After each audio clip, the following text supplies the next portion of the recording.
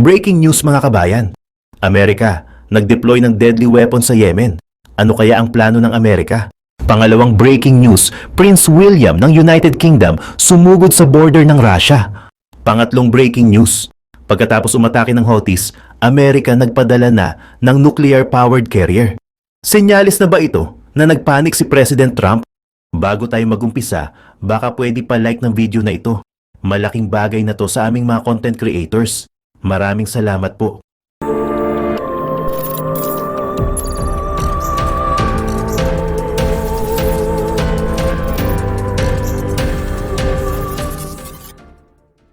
Sinabi ni Ayatollah Ali Khamenei noong Huwebes na ang mga nakakamatay na pag-atake ng Estados Unidos sa mga Houthi rebels na sinusuportahan ng Tehran sa Yemen ay isang krimen na kailangang itigil.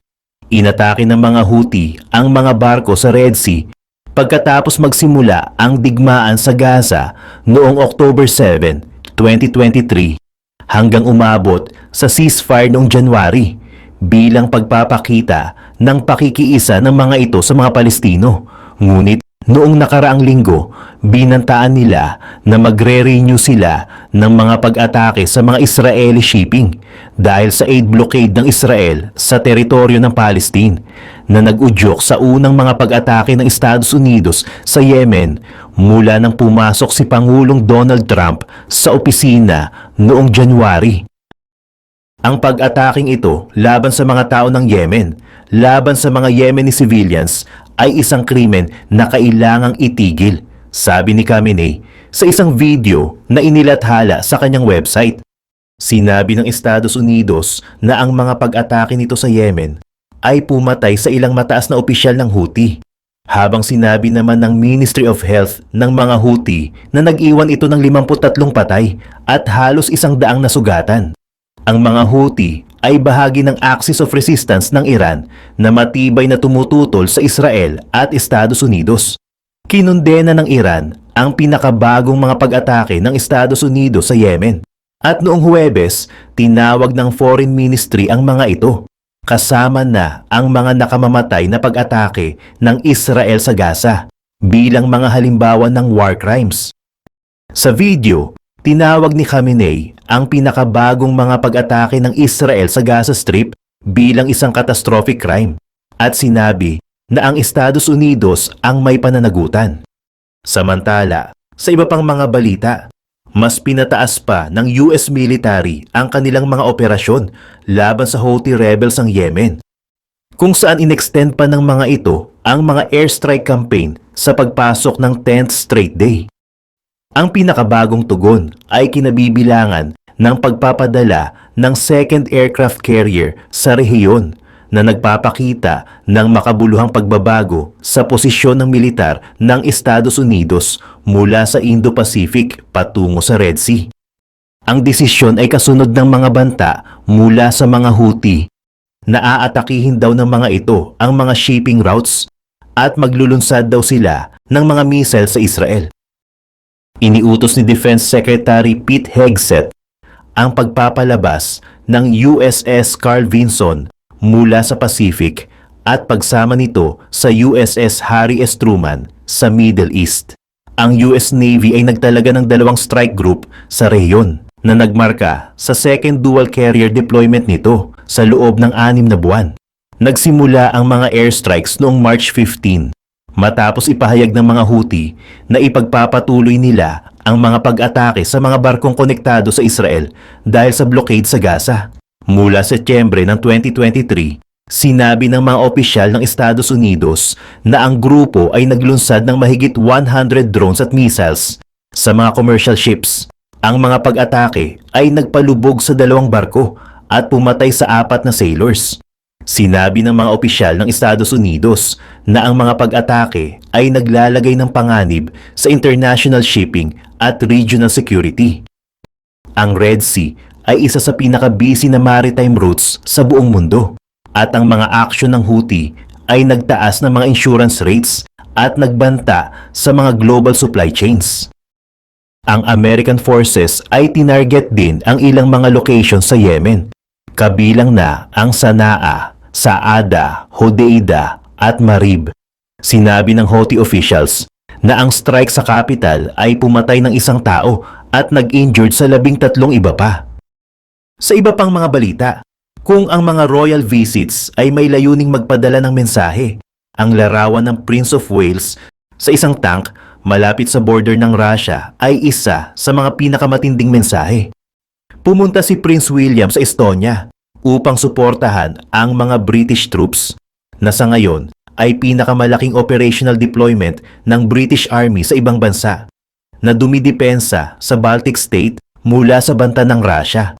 Noong Biyernes, sa isang malamig na lugar na puno ng putik, nakita ng Prince ang mga sundalo at mga kagamitang militar na nagbabantay sa silangang bahagi ng NATO. Ang Prince ay nakasuot ng camouflage uniform habang nakatingin mula sa isang Challenger 2 tank. At pagkatapos ay sa isang armored fighting vehicle, ito ay nagpapadala ng mensahe tungkol sa pangako ng UK na pigilan ang anumang agresyon mula sa Russia. Sa kanyang 2 araw na pagbisita sa Estonia, binisita ni Prince William ang ilan sa mga British troops sa multinational force, kabilang na ang mga sundalo ng Mercian Regiment kung saan ang prinsipe ay Colonel-in-Chief. Binigyan siya ng tour sa military training grounds sa Tapa Camp, bahagi ng Operation Cabrit na kontribusyon ng UK upang tiyakin ang collective security and defense ng NATO sa vulnerable Baltic region. Ang Prince, na may suot na NATO badge sa kanyang uniforme, ay pinakitaan ng field training para sa battle group na ito. Nagkaroon din siya ng meeting sa mga Estonian at French troops. Samantala, sa iba pang mga balita, may malaking pagkakamali ang Russia. Sa unang tingin, ito'y mukhang isang panalo para kay Vladimir Putin. Pero lalong napasama ang sitwasyon dahil nadamay na naman ang ibang mga bansa sa special military operation niya sa Ukraine. Kaya naman, lalong naging mahirap para sa mga sundalong Russian dahil kailangan nilang humarap sa mas malalakas na kalaban. Ano nga ba ang mali ni Putin? Ang pagpayag niya sa alok ng North Korea na magpadala ng 10,000 na sundalo para tulungan ng Russia sa laban nito sa Ukraine. Ayon sa Pentagon, inaasahang darating sa Russia ang mga sundalong North Korean sa susunod na mga linggo para mag-training at lumaban para kay Putin. Sinabi na ni NATO Secretary General Mark Rutte na malaking escalation ito sa giyera sa Ukraine, isang hakbang na nagpapakita ng intensyon ni Putin na palawakin ang sakop niya. Pero tila hindi na paghandaan ng Pangulo ng Russia ang mga posibleng epekto ng pakikipagtulungan niya sa North Korea. Hindi na lang Ukraine ang haharapin niya ngayon, kasama na rin sa laban ng South Korea ang matinding kaaway ng North Korea na ngayon ay mukhang tutulong sa Ukraine para paalisin ang mga sundalo ng North Korea. May ulat mula sa Al Jazeera na maaaring sa Kursk, isang rehiyon sa Russia, ipapadala ang mga tropang North Korean. Mula pa noong Agosto sa taong ito, inuokupa na ng mga sundalong Ukrainian ang bahagi ng Kursk, kabilang ang mga nayon at komunidad na nasakop nila sa loob ng 1 buwan. Hindi pa rin nagtagumpay si Putin na paalisin ang mga sundalong Ukrainian sa loob ng halos 3 buwan. Dito pumapasok ang tulong ng North Korea. Ayon sa Pentagon, may ilang tropa na ng North Korea ang dumating sa Kursk at inaasahan pang darating ang iba pang libu-libong sundalo. Isa itong taktika para kay Putin dahil hindi pumapasok sa Ukraine ang mga sundalong North Korean. Kaya pwedeng igiit ni Putin na ang pakay lamang niya ay protektahan ang teritoryo ng Russia. Sa ganitong paraan, hindi pa siya mawawalan ng sariling mga bihasang sundalong Ruso. Sa isang press conference noong October, sinabi ni Putin, "Ito ang desisyon namin." Ang mga kaalyado ng Ukraine, tulad ni European Commission President Ursula von der Leyen, ay hindi kumbinsido na hindi gagamitin ng Russia ang mga sundalong North Korean para lusubin ang Ukraine. Sinabi ni von der Leyen na ang hakbang ng Russia ay isang grave escalation ng sitwasyon at idinagdag pa niya na magtutulungan ang European Union at ang kanilang mga kaparehong kaalyado. Isa sa mga posibleng kaalyado na ito ay ang South Korea. Ang mas nakakaalarma para sa Ukraine at para na rin sa South Korea ay ang balita tungkol sa pagdating ni North Korean Foreign Minister Choi Son-hui sa Moscow para sa kanyang pangalawang pagbisita sa loob lamang ng 6 na linggo. Ayon sa Singaporean news outlet na CNA, kaunti lang ang detalyeng lumabas tungkol sa pakay ng pagbisitang ito. Ngunit inaasahang makikipagpulong si Choi sa mga opisyal ng Russia upang pag-usapan ang posibilidad ng pagpapadala ng mas marami pang sundalo sa Russia. Muling nagpahayag ang Russia na inosente ito sa layunin ng pagbisita ni Choi. Sinasabi ng Moscow na ang mga pag-uusap ay bahagi lang ng dati ng itinatag na Strategic Dialogue Framework. Tulad ng dati, hindi malinaw ang eksaktong layunin ng mga pag-uusap ng Russia at ng kanyang mga kaalyado. Naniniwala ang AP News na ang pag-uusap na ito ay mataas na antas ng negosasyon, kung saan posibleng mag-aalok si Choi ng dagdag na tropa kapalit ng ilang benepisyo na tanging Russia lang ang makakapagbigay. Maaaring kasama sa mga benepisyong ito ang teknolohiyang makakatulong sa North Korea na paunlarin ang kanilang nuclear weapons program na nasa alanganin. Posible nga na ang access sa mas advanced na teknolohiya ang pangunahing dahilan kung bakit nakikipag-alyado ang North Korea sa Russia. Lahat ng ito ay nagpapakita ng mas mapanganib na sitwasyon para sa Ukraine at South Korea. Ang pagdating ng 10,000 na sundalong North Korean sa Kursk ay isang malaking problema. Umaasa ang Ukraine na mapanatili ang kontrol sa ilang teritoryo bilang leverage sa usapang pangkapayapaan kung sakaling magkaroon ng ganitong pagkakataon sa pagitan ng dalawang bansa. Ngunit ang pagbisita ni Choi sa Moscow ay nagpapahiwatig ng posibilidad na magpapadala ang North Korea ng mas marami pang sundalo para kay Putin. Bukod dito, ang paglilihim ng Russia tungkol sa pagdating ng mga sundalong North Korean at ang layunin nito ay isang posibilidad na maaaring lumampas sila sa Kursk at direktang lumaban sa loob ng teritoryo ng Ukraine. Pero sa kabila ng lahat, patuloy na lalaban ng Ukraine tulad ng ginagawa nila simula noong February 2022 gamit ang lahat ng lakas nito. Noong October 28, 2024, iniulat ng Lithuanian news outlet na LRT na nagkaroon na ng unang sagupaan sa pagitan ng mga sundalong Ukrainian at North Korean sa Kursk. Ayon ito kay Jonas Oman, ang pinuno ng Lithuanian Blue-Yellow non-governmental organization. Sinabi ni Oman, base sa impormasyon mula sa mga sundalo ng Ukraine, na napatay nila ang unang sundalong North Korean ilang buwan bago pa dumating ang 10,000 na sundalo sa Russia. Sa pagkakaalam ko, ang unang Koreano ay napatay sa Ukraine ilang buwan na ang nakalipas gamit ang drone na ibinigay ng Blue-Yellow, ani Oman. Sinabi rin ni Oman na ayon sa kanyang mga kakilala sa Ukrainian intelligence, inaasahan nilang aabot hanggang 88,000 ang bilang ng mga sundalong North Korean na papasok sa Russia. Mas malaki ito ng mahigit 3 beses kaysa sa kabuuang sundalo ng Lithuania. Tila porsigido ang North Korea na makialam ng direkta sa special military operation ni Putin. Sa totoo lang, matagal nang nakikipag-alyado ang North Korea bago pa man lumabas ang balita tungkol sa 10,000 na sundalo, kung tama nga si Oman. Dito pumapasok ang South Korea. Nang lumabas ang balitang magpapadala ang North Korea ng sundalo sa Russia, agad nagbigay ng pahayag si South Korean President Yoon Suk Yeol tungkol sa kanyang saloobin ukol dito. Sa isang summit kasama ang Polish President na si Andrzej Duda na bumisita sa Seoul, sinabi ni Yoon na ang South Korea ay hindi basta mananahimik lamang sa isang tabi sa pag-atake ng North Korea. Ayon sa CNA, nakipag-usap na si Yoon kay Ukrainian President Volodymyr Zelensky tungkol sa presensya ng North Korea sa Kursk. Pareho sila ng paniniwala na ang special military operation ni Putin ay hindi na lamang laban sa pagitan ng Russia at Ukraine, kundi isang internasyonal na labanan na rin. Kaya ang unang hakbang ng South Korea para tulungan ng Ukraine ay sa pamamagitan ng pagbabahagi ng military intelligence at expertise. Napakahalaga nito para sa Ukraine. Walang ibang bansa na higit na nakakaunawa sa banta ng North Korea kundi ang South Korea.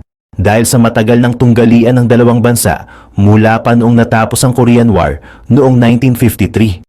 Naniniwala ang CNA na naghahanda ang Ukraine na magpadala ng envoy sa South Korea upang maisakatuparan ang pagbahagi ng intelihensya. Makakakuha ang Ukraine ng direktang access sa South Korean spy network na tumutok sa mga kilos ng North Korea. Malaking tulong ito upang makapaghanda ang Ukraine sa anumang posibleng pagtutulungan ng Moscow at Pyongyang. Hindi lamang ito ang ginagawa ng South Korea. Hindi sapat ang pagbabahagi ng impormasyon upang tuluyang tanggalin ng South Korea ang North Korea sa digmaan sa Ukraine. Higit sa lahat, layon ng bansa na tulungan ang Ukraine sa problema nito sa North Korea. Magiging simula ito ng pagbabago sa paraan ng pagpapadala ng tulong sa Ukraine. Palagi kasing kaalyado ng Ukraine ang South Korea, ngunit hindi ito direktang nagpapadala ng mga armas o militar na suporta. Ayon sa Dentons, karamihan ng tulong ng South Korea ay pinansyal o humanitarian, kung saan nangako ito ng $394 million para sa Ukraine noong 2024. Kabilang dito ang $98 million para sa muling pagpapatayo ng mga nasirang gusali at lupain, habang ang $196 million naman ay para sa mga agarang pangangailangan ng Ukraine. May $24 million pang inilaan ng South Korea sa NATO's Ukraine Trust Fund para sa 2025. Patunay na matagal nang sinusuportahan ng South Korea ang Ukraine mula sa malayo sa pamamagitan ng makataong tulong. Ngunit ngayon ay maaari itong magbago, lalo na't nasa Kursk na ang mga sundalo ng North Korea at nakikipaglaban sa mga sundalo ng Ukraine. Sa parehong summit kung saan sinabi ni President Yoon na ang kanilang bansa ay hindi basta mananahimik sa agresyon ng North Korea, tinalakay ang posibilidad ng pagpapadala ng mga armas sa Ukraine. Habang pinapanatili natin ang prinsipyo na hindi direktang magbigay ng mga armas, maaari din nating pag-aralan ang ating posisyon ng mas maluwag, depende sa antas ng mga aktibidad ng militar ng North Korea, ani Yoon. Hindi man ito direktang kumpirmasyon na magpapadala na ng armas ang South Korea sa Ukraine. Mahalaga ang mga pahayag ni Yoon, lalo na't nakipagpulong siya sa Prime Minister ng Poland. Iniulat ng AP News na nagkaroon ng maraming kasunduan sa armas ang Poland at South Korea sa nakaraang mga taon, kung saan bumili ang Poland ng mga howitzer, missile launcher at tangke mula sa South Korea. Mukhang ipinapahiwatig ni Yoon ang posibilidad na hindi direktang magbigay ng armas. Posibleng dumaan ito sa mga kaalyado ng Ukraine na maging tagapamagitan. O baka naman may plano ang South Korea para sa mga sundalo ng North Korea na nasa Ukraine ngayon. Ayon pa sa ulat ng AP News, kaugnay ng mga pahayag ni Yoon sa sinabi ng isang mataas na opisyal, pinag-aaralan ng South Korea ang kanilang mga opsyon. Kasama na ang posibilidad ng pagpapadala ng mga depensibo at opensibong armas sa Ukraine. Kung mangyari ito, malaking tulong sa Ukraine ang armas ng South Korea. Ayon sa Center for Strategic and International Studies, kayang gumawa ng South Korea ng humigit kumulang 200,000 na 155mm artillery shells kada taon. Sapat para mapunan ang mga howitzers ng Ukraine at iba pang katulad na armas. Kung seryoso ang South Korea sa pagpapaalis sa North Korea mula Ukraine, ang tuloy-tuloy na supplier ng ganitong mga shells para protektahan ang teritoryo at atakihin ang mga posisyon ng Russia ay magandang simula. Pero may sagabal dito, ang batas ng South Korea. Ayon kay Jenny Town, direktor ng Stimson Korea Program, hindi basta-basta makakapagpadala ng military aid ang South Korea sa Ukraine dahil sa kanilang batas at hindi sa pulisiya. Hindi pwedeng basta sabihin ng presidente na, nagbago ang isip ko, ito ang gagawin natin ngayon. Kailangan talagang ipasa ang bagong batas. Sabi niya sa The Kyiv Independent, kulang si Yoon ng kapangyarihan para isulong ito dahil ang approval rating niya ay nasa 24.1% lang. Pero posible rin na maimpluwensyahan ang mga mamamayan ng South Korea na baguhin ang batas, lalo pat nakikita nilang tumutulong na ang North Korea sa Russia. Kung magpapadala pa ang North Korea ng dagdag na tropa sa Russia, malamang isusulong na niyon ang pagbabagong ito. Sa ngayon, haka-haka pa lang itong ideya na magpapadala ang South Korea ng tropa sa Ukraine. Wala pang opisyal na pahayag mula sa Seoul. At kung sakali mang meron, haharapin niyon ang mga legal na hadlang gaya ng sa pagpapadala ng armas. Pero ang katotohanang pinag-uusapan na ito sa South Korea ay nagpapahiwatig na may pagbabago ng nagaganap sa pananaw ng bansa.